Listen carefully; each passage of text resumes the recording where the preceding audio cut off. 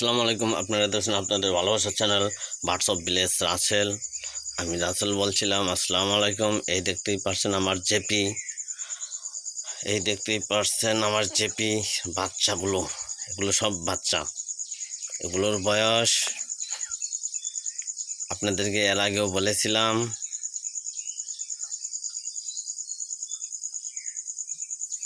এগুলোর বয়স 22 দিন, 1 মাস 22 দিন। ঠিক আছে, 1 মাস 22 দিন, তার মানে 2 মাস কাছাকাছি। এই বাচ্চাগুলো দেখতেই পাচ্ছেন আপনারা, খুব সুন্দর করে বসা আছে। তো এখন বলতে পারেন, ভাই আপনি এত লেট করে কি জন্য পাখিগুলো বাচ্চা আলাদা করলেন? জি ভাই, বাচ্চা আলাদা করার অবশ্যই কারণ আছে। সেই কারণগুলো আস্তে আস্তে আপনাদেরকে বলবো। সেটা হলো যে এই হাঁড়িতে সর্বপ্রথম ডিম পেড়েছিল 27 তারিখ, ঈদের আগের দিন 27 তারিখ সর্বপ্রথম ডিম পেড়েছিল। তার মানে কি, এই ডিমটা যে কোনো সময় ফুটতে পারে।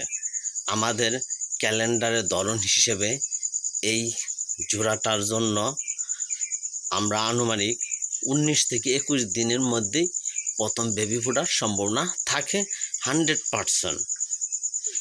সেই হিসেবেই দেখেন, 27 তারিখে যদি এটা ফুটে তাহলে আর বেশি দিন নাই 19 থেকে 21 দিন আসতে। এর জন্য বিদায় আমি বাচ্চাগুলোকে ওখানে রেখে দিয়েছি। ওই যে বাচ্চা দেখতে পাচ্ছেন। তারপরে আসি এটাও ঠিক সেম, ঈদের পরপরই ডিম পাড়া শুরু করে। আনুমানিক 2 তারিখ থেকে হয়তো ডিম পারে। আসলে ডায়েরি দেখতে হবো, কারণ আমি ডায়েরিতে নোট করে রাখি কখন কোন সময় কোন প্রথম ডিম পারে। সেই হিসাবে আমরা ক্যালেন্ডার করে রাখি। দেখেন এরা কত সুন্দর করে সব ফুট খাচ্ছে। আর এদের কাছ থেকে আলাদা করার কারণে আজকে আমার বেবিগুলো বসে আছে, সব ফুট দেওয়া আছে, সব কিছুই দেওয়া আছে। ঠিক আছে, ওখানে বসে আছে। যাই, খাবার খাইছে।